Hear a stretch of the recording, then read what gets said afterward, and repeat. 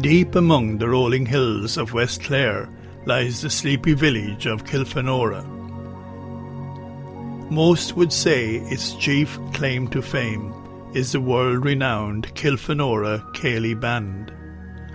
But within the heart of the village lies a cathedral dedicated to St. Fachnan, who founded an abbey here during the 6th century.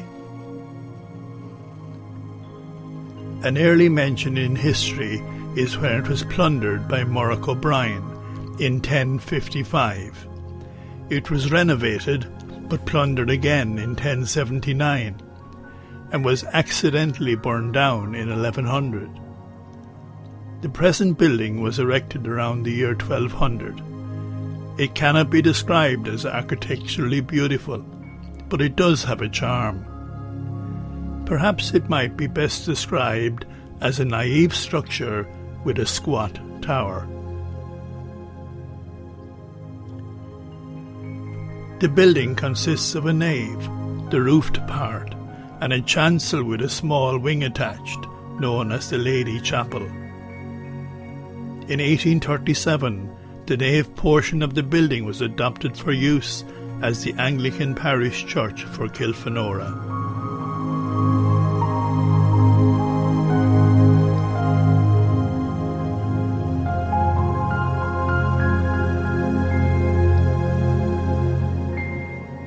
Over the entrance door is the mitred head of a bishop. This is remarkably well preserved. It surmounts a carved stone arch in which the door is recessed. The most interesting feature indoors is a large stone font which is from the 12th century. Another item of interest is a memorial to the MacDonagh family on the north wall, dated 1685. A second memorial was removed, but this one remained when the family challenged the church in the High Court and won. On the east wall to the right of the pulpit is the carved head of a man or an angel.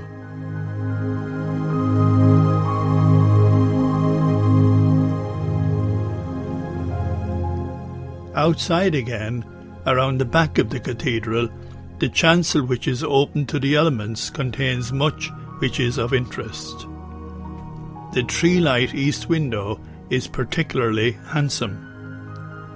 Its fine arched mouldings supported by carved columns crowned with delicate figure carvings.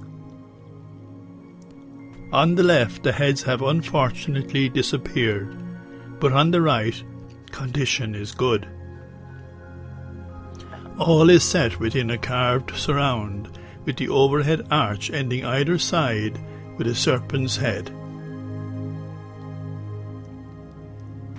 To the left of the east window, mounted in the wall, is a large sedile with cusped tracery, above which is another bishop's head. One pillar of the sedile is unfortunately missing. Otherwise, it is well preserved.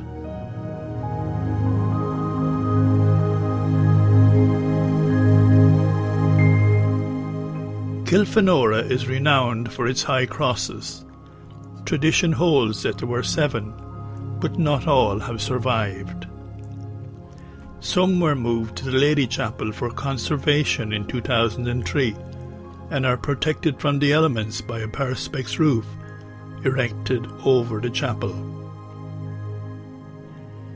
The North Cross was located to the northwestern corner of the graveyard, hence its name.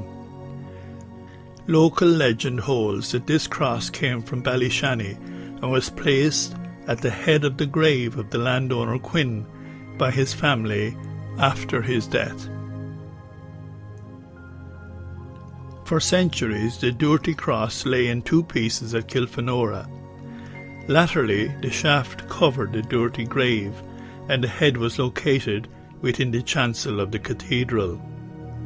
In the mid-1950s the OPW re-erected the cross close to the Doherty grave.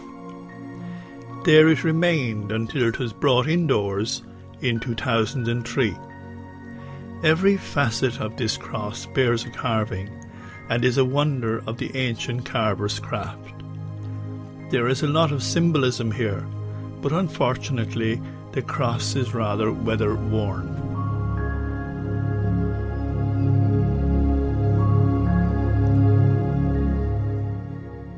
Situated in a field close to the church is the West Cross, the tallest of Kilfenora's crosses. It measures 4.5 metres high and is heavily ornamented on two sides with lacework and knot, but it is quite weathered, especially on the western side. The east face at the head features a crucified Christ above a heavily ornamented shaft. The Killaloe cross now stands in St. Flannan's Cathedral, Killaloe. Originally it stood on a hill overlooking Kilfenora village, but in 1820 it fell. It was given as a gift to Dr. Richard Mant, newly appointed Bishop of Killaloe, who removed it to Killaloe, where it was erected in the grounds of the Bishop's Palace. It was later moved to St. Flannan's Cathedral. Part of the South Cross stood at the door of Kilfenora Cathedral for many years, and was in 2003 moved to the Lady Chapel. It is said that it would be 4 metres tall if intact. Nothing remains of the Ballykeil Cross, which once stood near Ballykeil Manor, or of the Eastern Cross, which stood at the eastern entrance to the village.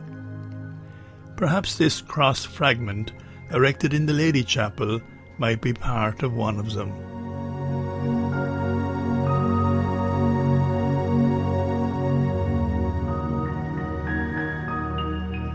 St. Fachnan's Cathedral and its Celtic high crosses are a big attraction in the region, and together with the Burns Centre make an interesting visitor experience.